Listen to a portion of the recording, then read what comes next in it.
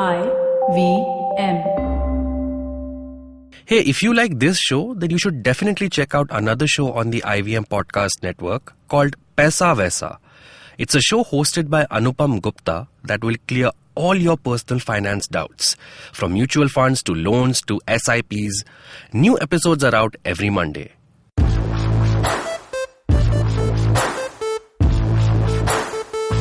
Hello and welcome to a brand new episode of IVM Likes. We are on to episode number 137. My name is Abbas. I'm going to be your host for this episode, just like I was your host for the last episode.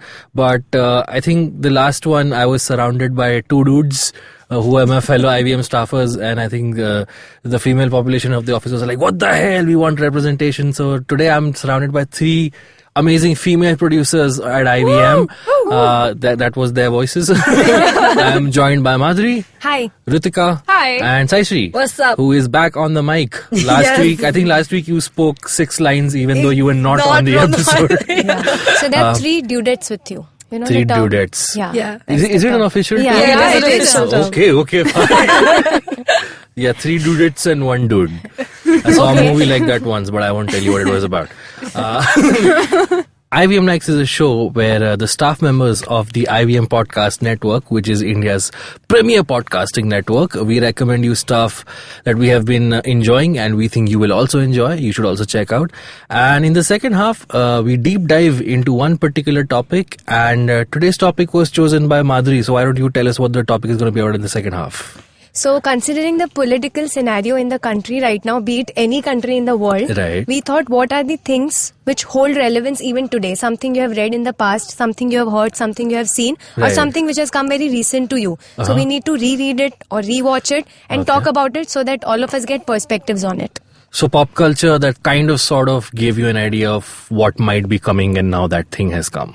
Yeah, maybe about that which has come has got layers to it. What is presented to you on media is just one layer. Okay. So we are looking different at layers. Points of views. Yeah.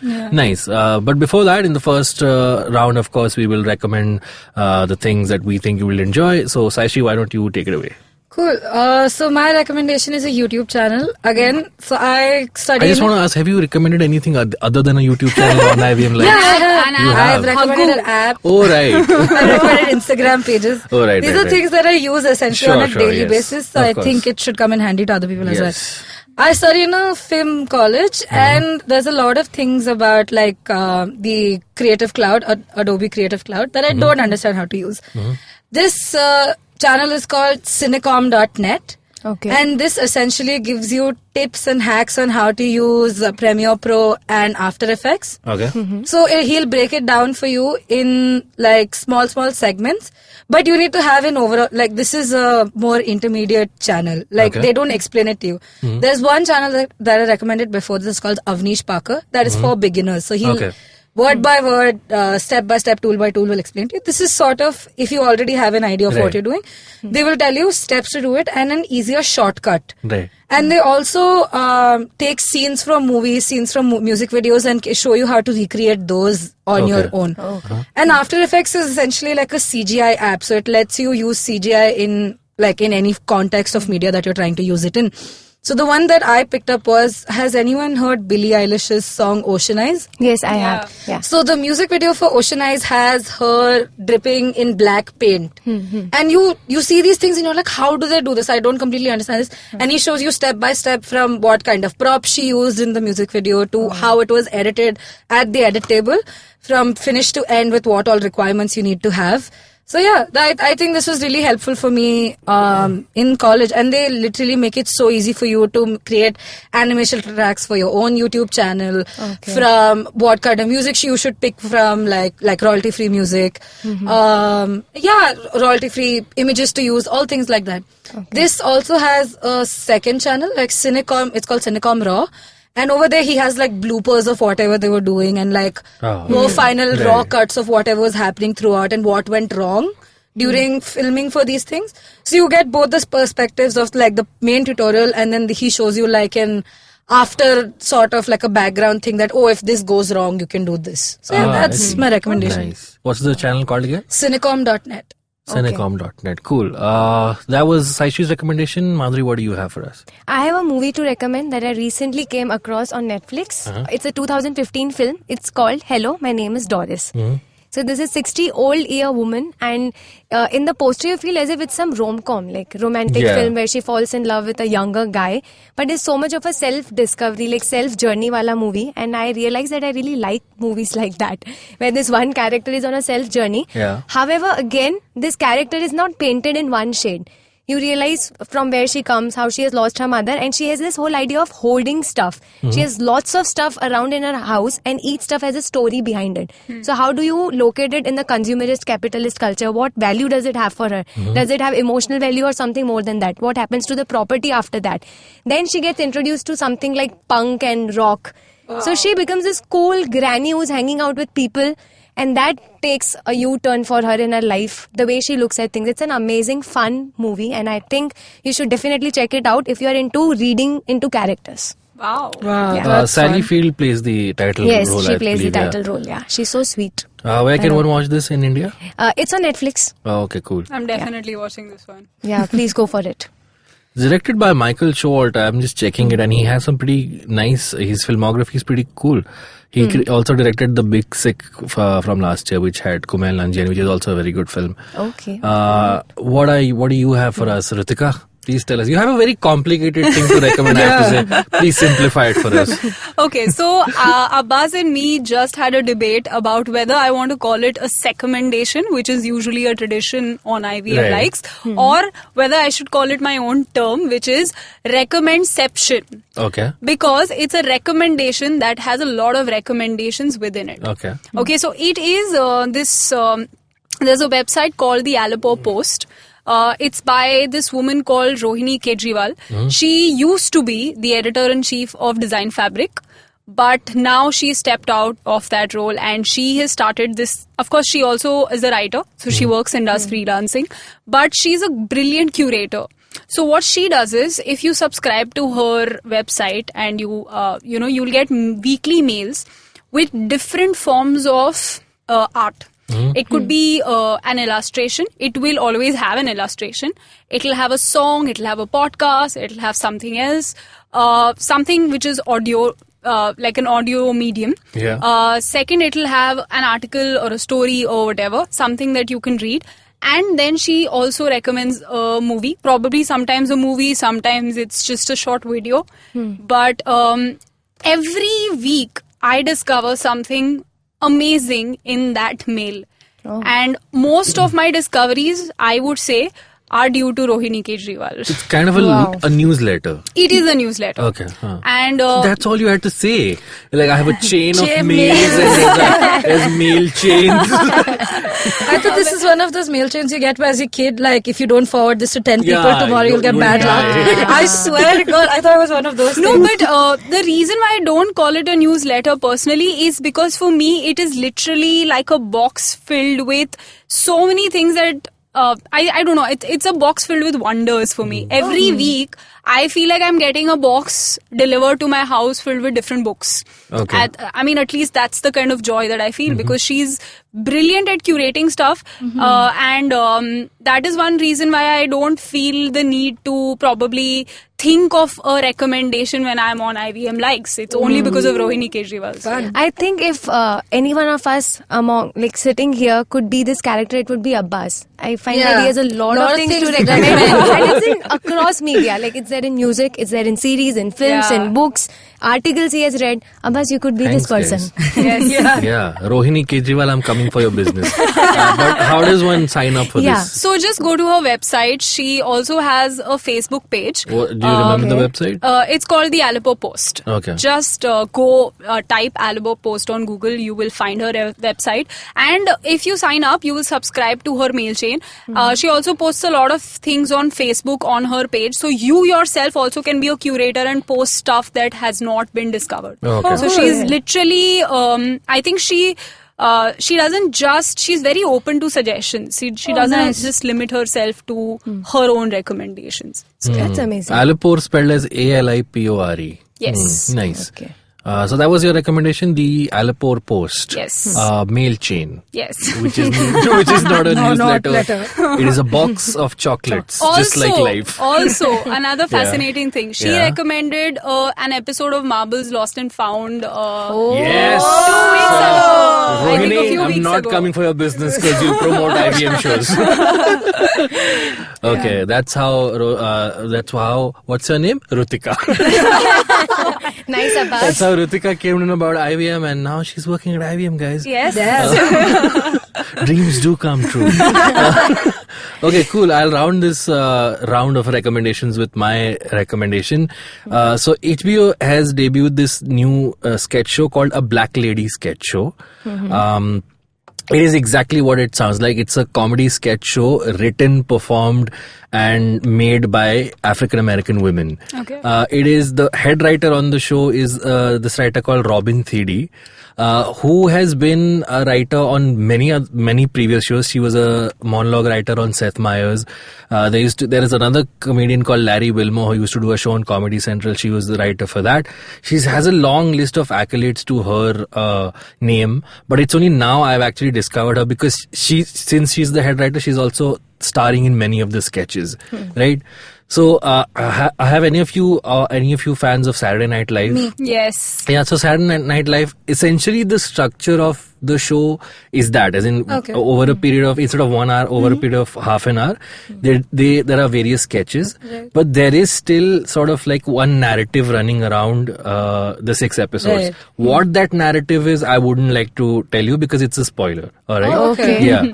But the refreshing thing is you see everything from the black woman's point of view, and the women play every role. Even if it's a man, they'll put on a beard and play a man. Wow. Okay? So it's like every role, even if they have to get like a guest appearance, they'll get an African American celebrity to guest on that. So in the first episode, they have Angela Bassett. In one other episode, they have Larry Wilmore, who comes and guests as. So it's essentially all the black celebrities who have sort of come together to make this show. It's a very funny show. It's not as straightforward and massy as Saturday Night Live. Like some of the sketches are a little edgy, but they're very well done. They also put up a lot of these on YouTube. So in case you don't want to see the entire show, you can just watch individual sketches on YouTube. There's a very funny one where 2 people are getting married, a man and a wife, and it just takes a dig at how men do not commit. So when the priest asks this man to commit, of course the priest is also played by a woman, the man is also played by one of the cast members who's a woman. But when she asks him to say "I do," he goes without saying. Like he says every other alternative instead of "I do." Yeah, and the whole sketch is just that. Okay. And then finally, when the bride gets really frustrated, is like, "I knew you would do this," and she starts walking away. The priest just goes into the groom's ear, and is like, "Hey, don't you want to tap that ass?" And he's like, I do." So, like, various sketches are like that. It takes dig about how African American women are. Their skin routine and their makeup routines are treated differently from white women. So they're just small things that you wouldn't even notice that they address. So it's a very funny show. If you have time, you should also go and check out Robin Thede. Has been doing a round of interviews on talk shows and podcasts promoting this show, and her interviews are as funny as her sketches are. So you should. I'm recommending Robin Thede as a person as well, along with this. And it's, I think, a couple of days ago it was renewed for a 2nd season. So I'm really looking forward to it. Oh, that's cool. Yeah. Wow, this reminds me of this essay called Black Lives Matter, that when they started reclaiming it as color, this essay actually talks about this, that Black Lives Matter, it actually begins with performance. Every field you see performativity, and this is how they claim it. Yeah. And the thing is, they're not talking down to any other race. It's just that this is our group of people and we talk about our issues. Yeah. True. So that's my recommendation. All the episodes are uploaded every Monday or Tuesday, I think, on Hotstar, because the show is still on. Is it like on premium or I think it's on premium because it's an HBO show, and I think all HBO shows. And what about YouTube? Premium. Like, where can we find it? So on yeah, YouTube? so in a 30-minute episode, I think they do about 5 to 6 sketches. So out of those, I think about 2 or 3 they put up on YouTube every week. By the same name, like Black. Yeah, the Lady. entire sketch, the Black Lady sketch show. You can watch it on YouTube as well. So this marriage sketch is actually on YouTube. You can watch it. Okay. So yeah, so that was my recommendation, the Black Lady sketch show. Very quickly, let's recap the recommendations. Saishri, you recommended? I recommended a YouTube channel called Cinecom.net. Madhuri? I recommended a movie called Hello, My Name is Doris. I recommended a recommenception called Aleppo Post, the Aleppo Post. And I recommended the TV show A Black Lady Sketch Show. Cool, we'll take a short break. When we come back, we will talk about pop culture that gives you various perspectives and predicts the future. Why were you looking at me like that? Double checking with you, am I correct? Alright, we'll see you on the other side of this break. Hey everybody, welcome to another great week on the IVM podcast. It's been a really fun week. Also, just a reminder, if you're not following us on social media, please do. We're IVM Podcast on Facebook, Twitter, and Instagram. One thing that we are trying to do as much of as possible, and we want to keep doing this, is if you hear something that you really enjoy, take a screenshot of it and tag us on whatever social media platform you prefer, and we'll try and repost that. If you want to keep your listening light and funny this week, check out shows like Cyrus Says, Golgappa, and the Empowering series. On Cyrus Says, Cyrus talks to hosts of another IVM show, Football Shitball, Gaurav Sapre, Kartik Iyer, and Sivram Padmanabhan. Tune in to listen to some fun conversation about sports, advertising, and Bollywood. On Golgappa, Trupti is joined by cinematographer Milind Zog, who shares rib-tickling stories from his shoots. And on the Empowering series, Zarina is joined by comedian Suresh Menon. They talk about his early days in comedy, his chemistry with Jose, and how he started Khan Masti. If pop culture is what's going to get your engine going this week, then, we got shows like Geek Fruit, where Tejas and Jishnu this week are rounding up the hits and misses of announcements made at Disney's D23 Expo. Mr. and Mrs. Binge Watch, that's a really fun show where Janice and Aru talk about TV showrunner Genji Kohan and her extremely successful Netflix shows. That's Orange is the New Black, and I can't remember the other one, but they've got another really good one too. On IVM Likes, Abbas, Antariksha, and Darius discuss the film Once Upon a Time in Hollywood and rate their top 5 Tarantino films. Man, I wish they'd called me to do that. So if you only have a really short time and you want to check out some of our shorter stuff, you can check out Origins of Things, where Chuck narrates a brand origin story involving a tabloid and a gold digger. It's going to be fun guessing which brand this is. And on The Habit Coach, Ashton shares some interesting facts about coffees and afternoon naps. And also don't forget to check out Urmi Kothari on the Kinetic Living podcast, where she has Thriving Thursdays and Tapata Tuesdays, both of which are, if you want to be fit, you should do those things. On our new Coming of Age show, Agla Station Adulthood, hosts Ritasha and Ayushi discuss casual dating, hookups, and modern day love. On Keeping It Queer, Naveen and Farhad talk to producer Madhuri Advani about body image issues. But with that, let's get you on with the show. Welcome back. We're still here with Madhuri, Rutika, Saishri, and myself, Abbas. In this half, we're talking about pop culture that has sort of predicted the future or what is now the present, and has also shown various perspectives and layers of issues.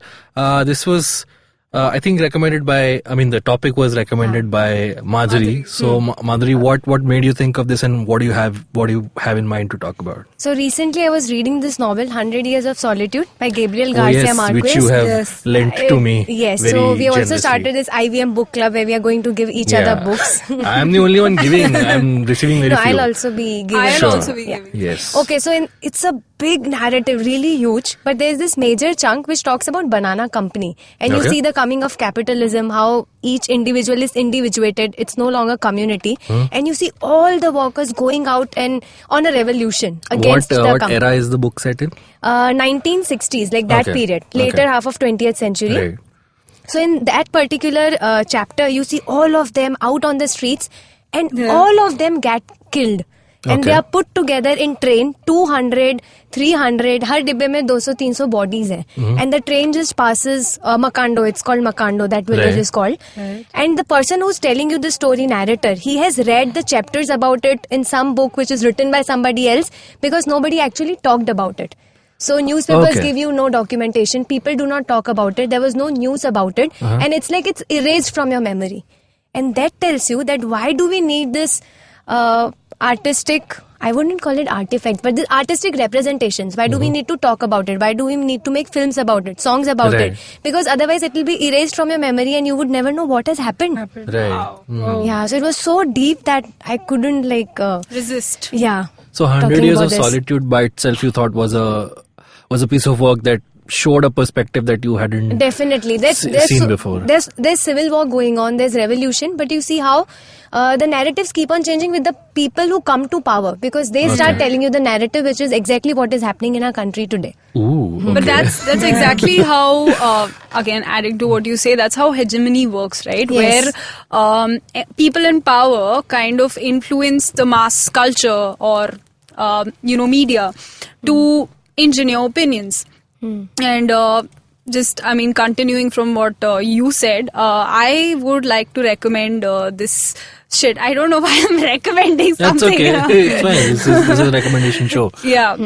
So there's a book called Fahrenheit 451. Yes, by Ray Bradbury. Yes. And he paints a very dystopian picture where books are being burnt and books are being banned. Because it's the era of screens. So there's screens everywhere. So people spend their time watching screens, consuming entertainment through the visual medium, but have forgotten books altogether. And it's the implications of what happens if screens take over is what the whole book is about. So it's amazing because he talks about how people will stop thinking critically because of the lack of books, okay, or not just the lack of books, the lack of reading as a habit. And it actually, the idea for the book came during this era in America called the McCarthy era, where libraries, one library was shut down. And he thought of how libraries are a very important institution for, people to go read up, think critically. And he was too scared due to how books were banned and how people were... They were banned for taking particular idea with them. This is exactly what is happening. So we were trying to draw those parallels, that how you shut certain things because it doesn't ally to your vision. Exactly. And in America, anybody, like it could be filmmakers, it could be artists, singers, all those people who had communist thoughts were shut down. Their voices were shut down. You guys should read this book called Trumbo. A movie was also made by it. Bryan Cranston played the lead role of Trumbo. So Trumbo was a screenwriter during the McCarthy era, and he was accused of being a Soviet spy. So it's about his body of work during that era. Okay. And I think it's written by his son, but I might be wrong. It's a wonderful story about how during the McCarthy era, screenwriters and artists sort of, even though they were stamped upon, they still sort of kept on writing and kept on creating art. Saishri, what do you have? So when you guys told me future, I thought, okay, like Star Trek, like they predicted cell phones. Yeah, I know, that's what I thought. But like essentially, on Netflix, a show came out called Leila a couple weeks back, and although it's based on a novel called Leila by Prayag Akbar, if I'm not wrong. Yes. So it talks about a dystopian future where the ruler has basically taken over, and it's a play on what is currently happening in our country, where they turn it into like a completely extremist religion-based sort of this thing. So that I thought that was interesting in the sense that it's showing what we see currently, but in a much more extreme realm of it. Another thing that I've noticed is this, what we're talking about right now, is very common. It's not something that is suddenly come up. If you see in music, essentially, music has been like a big empowering mode of like communication for a lot of people from during the soca revolution, where Bob Marley used to talk to people about the black people and black labor and ill treatment of the African American population in America. From rock music, where the Beatles literally used to influence people for or against the government because they had so much power. So this essentially talks about how much power you have and how you use your power. And I honestly, in my head, this all seems like people in power take influence from things that they see. Like, as a creative visionary, people will put things out in the atmosphere thinking, ye leke ho nahi sakta. But this is something fun to think about. but someone somewhere watching this is like, maybe I can make this work. Have you ever heard of copycat killers? Like they'll watch something in like a movie and then they'll try and recreate it, or like copycat killers that try and copy serial killers. I feel that's the same thing how people in power work. Like they will see something in the media and then try and recreate it.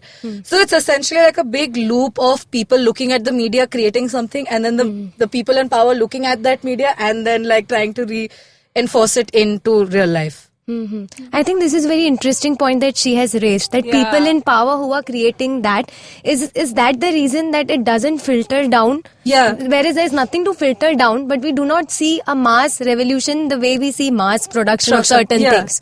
Like we do not see people going to streets or even being aware about it. Like simple example is this book called Munnu, A Boy from Kashmir, which is by Malik Sajad. Okay, so you see Munnu as a character who's a deer. He had come in our university to give the lecture, and the first thing we asked him that why you have painted Kashmiri people as deers. He said they're endangered species, just like we are endangered. And wherever you see the presence of military or anyone who's fighting, they take human forms. So you get another perspective of military, and I'd never looked at military as occupation, as something which could spread terror to people. So that was something that person from Kashmir who had lived that life. So this is not about a person in power, but it is a person coming from the conflict zone and talking about it. Also, he had power because he was he got educational medium in certain universities from where he could come down to talk. Power doesn't necessarily have to mean that you have money or power essentially. Like I mean, not to cut you off or anything, but I think power in my sense is you have an upper hand because of something, whether it's because of education or whether it's because you have the courage to raise your voice or you have the privilege enough to raise your voice. I think that is what power is. For us to be sitting in a studio talking about this is privilege enough for us because we have a platform, we have a show in which we're free to talk. We're free to talk about it. And we're not our voice isn't being stifled. Like whatever on we the say. other hand, I again adding to what you said, I would say that power is not just having an upper hand, but also having the ability to silence an opposition. Yeah, for sure. Right? So it's... But that is again, that's the same thing what I say when I say an upper hand. You need to have an upper hand to be able to silence somebody else. So I understand your point. The upper hand need not be only in economic terms, but maybe your knowledge can also be that upper hand to tell people that, listen, this is my perspective and you need to pay attention to that. I would add to that, power is also the privilege to look away. Right. It's like that's so right now as we speak, we're recording this on the 29th of August, right? Right now Kashmir is still in a blackout situation. Yet I think most people in the rest of the country, as long as their day-to-day lives are going normally, we barely will give our thought in that part of the country, right? So as long as the person's day-to-day life is going well and hearty, as long as they are in contact with the people around them, you look away. And then of course in future it has been proven that when you there's that quote which I'm probably misquoting right now, when you take a neutral stance in an oppressive situation, you're standing with the oppressor. I think this is something I've noticed during our exit polls. I'm so sorry. This is something I've noticed during the exit polls, that a lot of people of my age who have just turned 18 or like this is going to be their first voting, they've been like, I don't necessarily have an opinion. I was like, how can you not? You've had, see, I've lived in the UAE for the longest amount of my life and I just moved to India. And I've made it a point to educate myself enough and more that I at least have an opinion. Whether or not I have a stance, but I at least have an opinion and an idea of what is going on around me. Because you miss out, right? Because lack of knowledge is also wrong, and too much knowledge is also, like, under knowledge is what I'm trying to say is wrong. When you don't have enough knowledge about something. And during the exit poll, I heard so many of my friends say that don't really have an opinion. I was like, how can you not? Do you not see people, friends, family members just being... I know of somebody who didn't get a house in Delhi because they were Muslim. And that came off as a shock to me because I lived in an Islamic country for so long that religion... And it's a very, so to say, free Islamic country. As long as you respect the religion, they don't necessarily have a problem with you, right? And I see this and I'm like, how can people like on the basis of religion, that's something that they don't necessarily have a choice in. They were born into it. Right. I mean, after a certain point, you can choose whether you want to or you don't want to. But it's not necessarily something they choose. But also, as Abba says, that sometimes you look away, but sometimes also because you don't know. So how would you know when you have access to these mediums that will show you all this? Right. And So and taking from what you said, in the book for Fahrenheit 451, there is this. There is a particular instance where Guy Montag, the primary character, is in danger. Okay, and he himself is a fireman. So he's burning books. That's his profession. And he is in danger, and people have found out that he has been holding a few books. Okay, and he's trying to share it with his wife, Mildred, who is so engrossed on her screen. She's watching something on her screen, her parlor, that she forgets that her husband is in danger. She's just engrossed in that. So he also paints a picture of how without books there will be a lack of empathy and there will be apathy all around. So when you're talking about certain mediums that help you question and think in a certain way to subvert those power structures, I think that is another instance. It definitely comes from books, and also the way you represent it. So I had this parallel in my mind yesterday when I was watching Hamid. Okay, so what was the another parallel that came to my mind was Bajrangi Bhaijaan, where you see this little girl who's come to India, and Salman Khan goes all the way to the other country too, and he's this larger than life figure, and he fights everyone, and finally the girl reaches there. Similarly, here you see a little boy who's looking for his father who's disappeared.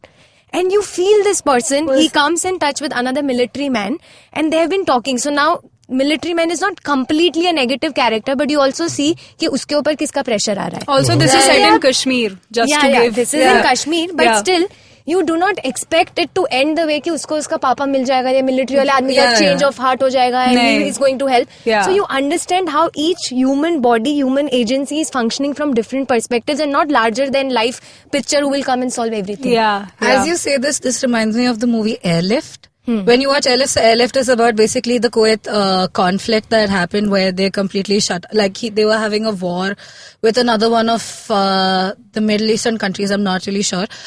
But I think the interaction between Akshay Kumar and the guy from the Indian government when they were talking and how he's like the pressure that he receives from, he's like, हाँ ठीक है ना, but हम लोग Gulf department से है ही नहीं, आपको उनसे बात करना चाहिए.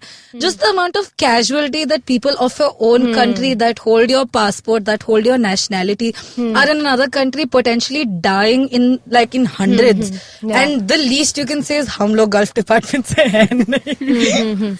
I understand this cinematic technique which is that of melodrama and all, but how this is today used as propaganda. That's my problem, and all the movies coming out are painted in the same color. The thing is, so I confession to make, guys, I saw Mission Mangal in the theater. And the thing is, so Akshay Kumar is now known for these quote-unquote propaganda movies, right? So I have a couple of points about that. So in Mission Mangal, the movie by itself is not very great. It was very average.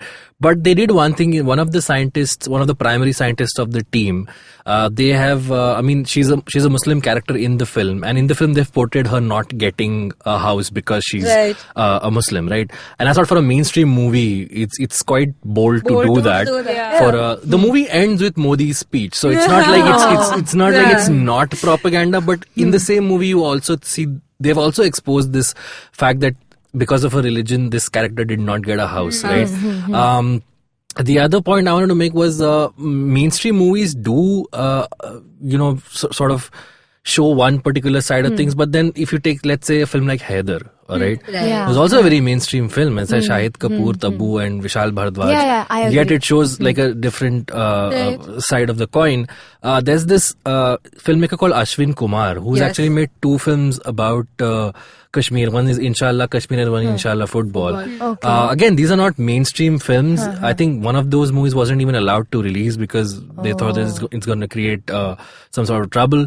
But there are filmmakers who do show the other side of the story. It's just that they don't have the massive budgets to do it. I agree. So, yeah. I was really wondering if Hamid would have released as mainstream So, film. Hamid did win a national award. But it's still on Netflix, and I know that not everyone has access to Netflix. Like our generation has. Hamid, so last year at the Mumbai Film Festival, which I ended, Hamid was screened. Yeah. There was a word of mouth thing going on that don't miss Hamid. The first wave of people who saw it were recommending it to other people.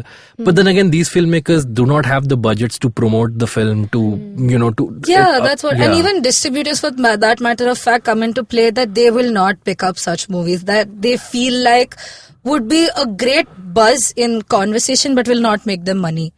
That's it the will problem. Indeed. You know why? Because there are very few films with child characters or movies that you would sit with your... I don't know if you can sit with your kids, but you can definitely show them... Because they are also you can access. So I was talking about this film called The Breadwinner. I think Rutika has seen it. And that film is an animated film. It is meant for children. It is it is about a very serious topic and it deals with some really hard issues. So I think, and I was listening to this interview of Ava DuVernay, who's made this film about the Central Park 5 When They See Us, which is about 5 African American boys who are mistakenly accused of rape and spent decades in one case for a guy.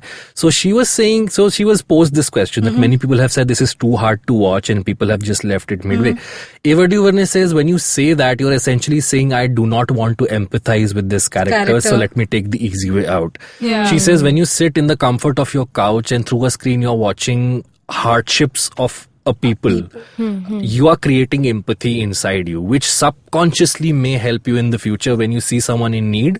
You may not realize it, but because of a piece of art you have consumed in the comfort of your home, it creates empathy. So to say that it's too hard to watch is the easy way out. You're taking a very you're taking a very shortcut. Or something as simple as, all of these political discussions that you probably go out of office and have with your colleagues, your friends, your family.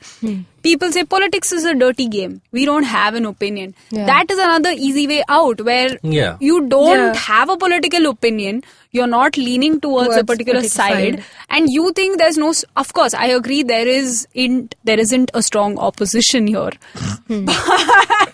But I also feel like instead of pushing it, brushing it off, people need to have an opinion. But you know, Go ahead. The fun fact is in Abu Dhabi last year, I worked a conference where Rahul Gandhi had come in for to talk to the NRIs to try and build trust in them that, hey, listen, if your family is in India, vote for me, whatever. And when I heard him talk at the time, I was like, he's not as dumb as he was. That sounds so harsh to say. When I heard him talk live in front of me, and mind you, we were working hand in hand with the INC to create this conference to happen for months together. And when I finally did get a chance to meet him and have this conversation, and we were sitting and he was talking about everything that was going on, I was like, he's got some strong opinions, but I don't know why essentially when he's on stage in front of the billions of people that actually need to be there for him, dude gets anxiety. The dude gets anxiety. That's it, man. No, that's performance anxiety. Not the kind. But the inside story is that... inside story. No, ahead. but that I don't know. also has that performance anxiety? No, okay, go ahead. I don't know yet. No, I love that you said yet. Okay, so I'm saying that so basically, I don't know if you watched The Great Hack, but it's on data mining. And it talks about how social media is used to create a particular representation. Yeah, of course. So I'm not sure, but I've read it somewhere that Rahul Gandhi was targeted by the opposition. No, but that's true. To create that dumb persona by probably... That's not even a secret anymore. The fun part about that is that he's given them enough and more opportunity. In 2017, I know this because I was there. He went to my friend's college, Mount Carmel College in Bangalore. And the first thing he asks is, do you think Make in India is working? And literally kids Most people said yes. you need to be you need to be a little aware when you're talking to 18 to 20-year-olds in a group full of auditors. That tells you that how you undermine people that you're talking to, you think they are dumb. So this is now why we are talking about all this, is also to tell you that we are not dumb. We are exposed to certain kinds of mediums, representations. Well, but then, at Abbas. I mean, the thing is, your mainstream propaganda is designed to make you dumb. Vivek Oberoi playing the Prime Minister, which only shows him in good light, is meant to show up a narrative. But I want to say, so I forgot this point earlier. I was reading a book called Neta Abhineta by this journalist called Rashid Kidwai, where I learned that it's not new. Like, we all target Akshay Kumar for being this propagator of the narrative of the government. Well, here's the thing. I read in his book, he describes how Sunil Dutt was very much in support of Indira Gandhi during the emergency. So it's not new. It's just something that has always been there. And I was thinking about this, that most of Hollywood right now speaks out so much about Trump, right? It's a given that the major chunk of Hollywood is against the present government, and yet they have all the freedom to make anything that they want, right? That's because they value art since childhood so much in the West, which doesn't happen in our country unless you're a doctor, engineer, scientist. But then that also comes from the fact that cinema is the second biggest medium after radio. In India? In India. Right. Like television I would say it's bigger than radio, isn't it? What, television? India. Cinema. It's bigger than radio. No, it's Even not. I feel that No, today. cinema is not bigger than radio. Okay. Here's the thing, because radio reaches all of your rural, all the rural areas, yes. and cinema doesn't essentially. Today it has, in a way, like this was a narrative. This was a narrative in the early 21st century, but coming 20 years down the line, it has changed. Yeah, a lot of it has. What your point being? Yeah, my point being that because cinema is they feel like they need to use this more and into the best of its ability, because this is a resource they have. And having actors and other producers and directors that lean their way and that think that are on the same path and narrative as them, it makes it so much more easier for them. Because the director gets to make the money that he wants to, and the political party gets the message that they want to put out. Yeah. This is not an episode of the Seen Unseen, guys. We're still on IVM likes. We're running out of time, so let me quickly give out my recommendations, which are sort of in the theme that we were talking about. So the character of Superman was created in 1938 by two Jewish writers and artists as a symbol for the Jewish community who immigrated to the US. Right. In 2004 or 5, a British author called Mark Millar. So a brief, Superman is an alien who lands into America and incorporates himself so much into American culture that he becomes the American, which is the American story. In 2004 or 5, Mark Millar actually imagined an alternate version of this story where Superman's spaceship actually lands in Russia. And is actually brought up as a weapon by the Russian government. It's called The Red Sun. It's a great graphic novel. I would definitely recommend that. Also in the early 2000s, a writer called Brian Azzarello. So Superman's arch nemesis is Lex Luthor. Yes. In the early 2000s, 15 years or so before Donald Trump ever rose to power, Brian Azzarello wrote a story where Lex Luthor becomes the president of the United States, and he accuses Superman of he throws Superman out of America because he's an immigrant. So that is also a very poignant story you guys should check out. It's the entire, this is not a graphic novel, but just check out Brian Azzarello's work and you'll find it. And in the 1940s, Jean Renoir made a film called The Rules of the Game. Which on the face of it is like Downton Abbey. It's like a very posh family on a vacation. But if you read the subtext of it, it's about how the rich and famous turned their face away when the Jews were being exterminated by Hitler and his army. So there's a very famous scene where the rich people are out there hunting rabbits. And there are a lot of essays online about this, about how that's supposed to be a metaphor for the fact that when the Jews were being hunted, the rich and famous actually went out and took part in it rather than raised their voice against it. So those would be my recommendations. Very quickly, one more I would like to add. WALL-E. You guys have seen WALL-E. It has this planet of people who are fat and lazy and are just staring at screens. And now that Disney Plus is launching their own streaming site, which will have everything, a lot of people have been saying those were the people who watched Disney Plus all their life and didn't do anything. with it. I think in that, essentially, I would also like to add Hasan Minhaj's Patriot Act. Yeah, that Yeah. also. Great, Yes. great place. And my favorite episode was about the exit polls where he was talking about the Indian government, and he had this small bit with Shashi Tharoor. Yeah. And it completely shook him to its core that we choose the less criminal of All the criminals, yeah. And he talks I've seen about that how bit, Shashi yeah. Tharoor was accused of murdering. I'm not saying anything. allegedly that accused of Killing killing his own wife, and how that pans out. So yeah, that's my recommendation in this. For my recommendation, I have recommendation for children, like stuff written Yeah, for children. sure. Yeah. So there's a story by Mahashweta Devi called Our Non-Veg Cow. So with all the cow vigilantism going around, imagine that you find a cow who eats non-veg. So this is she incorporates humor to talk to children, and all the stories that I found on peace and war, when they talk to children, they use humor as element. So I think that's an amazing thing to do. Another story is called Bhondapalli, which is again, as you say, this fat people lazy. In that place, you have Bhondas, people who look like Bhondas and people who look like stick thin. You don't have to be personal, Madhuri. Okay, fine. I was not pointing that out to you. And the last recommendation that I have is actually this Twitter handle called the Bilingual Window, which is soon going to be the magazine that my friend is working on. She's going to collect pieces, but she has started. The Twitter handle is becoming a magazine. Yeah. So, wow. Okay. Yeah. So she is putting out stories every day. Her name is Apurva Saini. 120 days of stories, and she has got these amazing stories from all the online platforms. One is called Saffron, which is about this cow hunting and all. It's amazing. So you should definitely check this account and check out all the stories that she's sharing. And picking up from the cow vigilantism, there's a photo project by Shujatro Ghosh.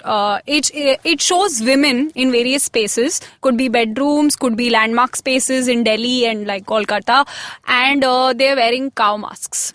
So basically, it makes a political comment on how cows are more important in India than women. And it takes longer for women to get justice than cows, because when you kill a cow, you will get the person who kills the cow will get accused, and the defamation. The gang will go and probably hit him.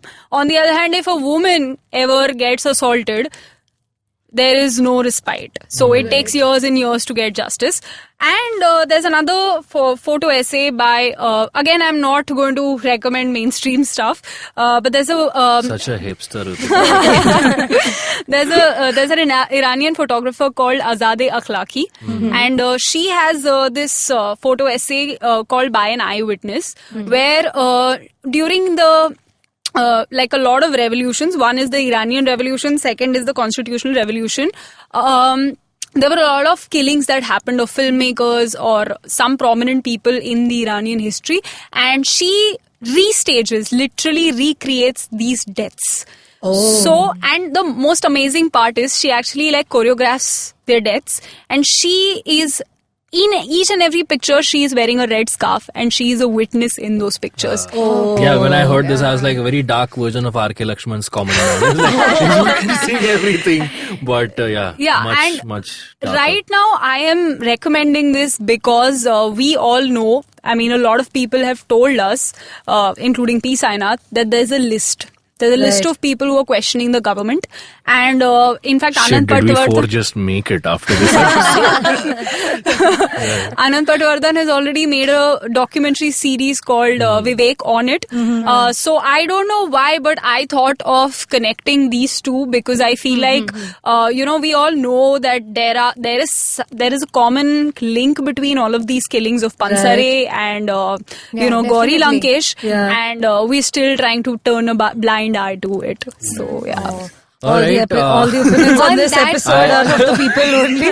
None of these belong to IVM podcast. But on that note, I would really like to bringing a thread to this discussion is, if you're reading this, if you're looking at it, watching it, just spread it among your friends so that no one comes and tells you I don't have an opinion about it. Yeah, that's true. So, please have an opinion. Can I seep in one small recommendation? Yes, go ahead. Okay, so there's a Hindi science fiction story written in 1930s by a writer called Harishankar Parsai. Okay, I've read the English translation of it. This was written in 1930s, way before Leila or any of these works. It speaks of a time, this is even before India had gained independence, okay? He speaks of a time where India has become a superpower, but it's still a religious fascist state, okay? And the story is called Inspector Matadin, okay? Inspector Matadin goes to the moon because there has been a crime committed on the moon. India has colonized the moon, alright? So Matadin is going to the moon to inspect just like you would go to another city, okay? But when he reaches the moon, he finds that corruption has taken over so much that the crime cannot be solved.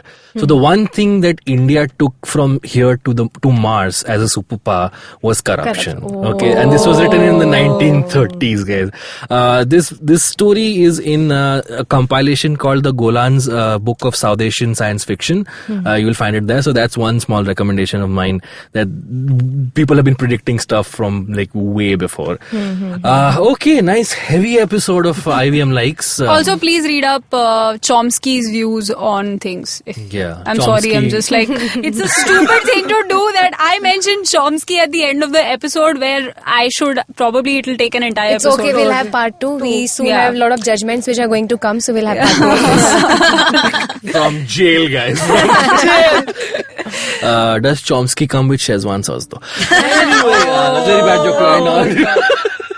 Saishri, please do not cut this out. That was our episode, guys. If you have opinions about this, and I'm sure you do, please write into us. Be civil in your feedback to us.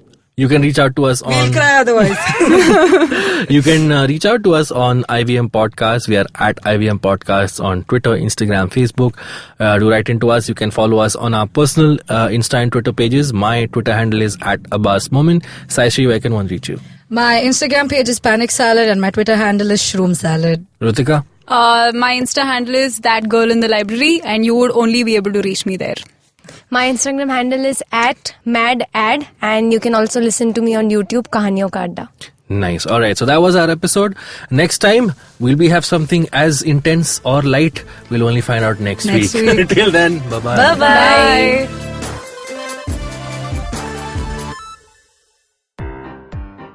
This is the amazing story of something awesome.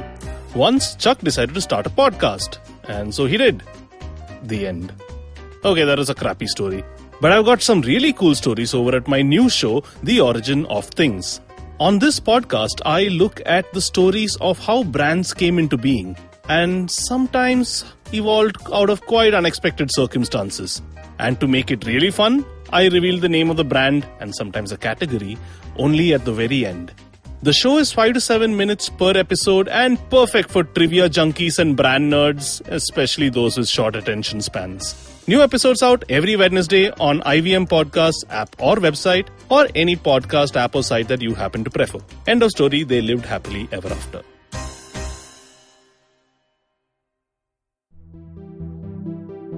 Hello everyone, welcome to Tech Careers in the New podcast series presented by Accenture. I'm your host, Shiladitya Mukhopadhyay. In this podcast series, we'll get you the latest and greatest in the world of technology that's shaping the future of business as we know it. We're talking intelligent platforms, cloud, AI, blockchain, extended reality, and a whole lot more. Every fortnight on Wednesdays, we'll have for you a hot topic with expert speakers from Accenture talking about top trends in the space, how these are changing the world and creating growth across industries. And importantly, we'll tell you how you can learn more, build your skills and expertise to grow and stay relevant in your career. Episodes out on the IVM Podcast app or wherever you get your podcast from.